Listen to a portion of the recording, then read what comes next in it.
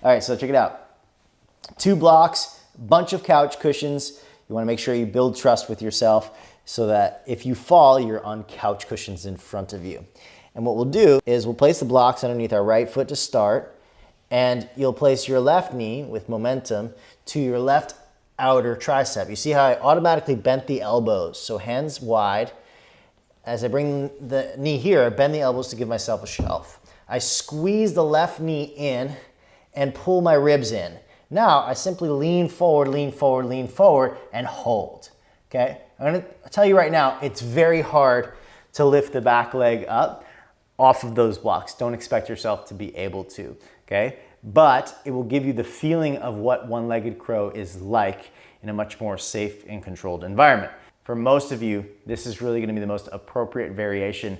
Very hard, challenging, muscular. It's gonna help you learn how to lean forward, but I wanna be realistic.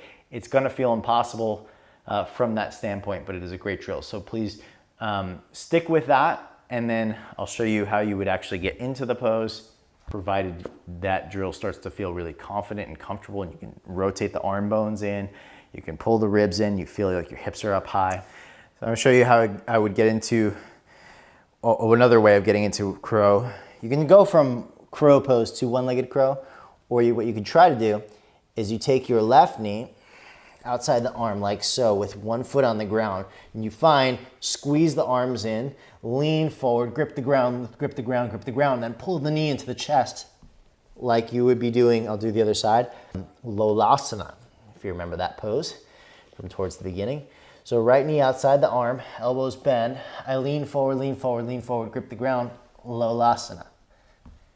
Okay, that's one really great way to start, and then you can start to extend the leg. Now, many of you are gonna find this next to impossible, and so what you could do is put your head on that setup of cushions in front of you. So I don't recommend this at all. I'm gonna put my head on blocks, so I'm gonna demonstrate it this way just because I don't have couch cushions nearby or a bolster nearby, but please don't follow my lead on what I'm using. But the same concept is going to bear true. So you put your head on something soft, and you do crow pose with your head on something soft, and you get your butt up. Squeeze your knees in, pull your left heel to bum, and straighten the leg. Okay, the idea would be then to eventually look forward. Okay? This variation will prove probably for many of you to have a little bit more success in at least getting in the leg extended.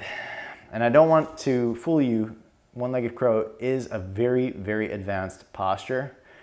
When you learn how to do it, there is some ease to it, but all of these variations or these modifications to get into it are to give you more success up front and give you the ability to work on different actions like gripping the ground, like getting your hips up. It'll give you all the techniques. So you have now 3 variations you can explore. Those are probably the best options. And then there's of course the easiest of the approaches. This is the easiest one, yet the hardest. So you would come to crow pose, knees outside the arms, squeeze in, lean forward. And then the idea here is if you were to extend a leg behind you, weight has to shift forward. Bent knee, straight leg.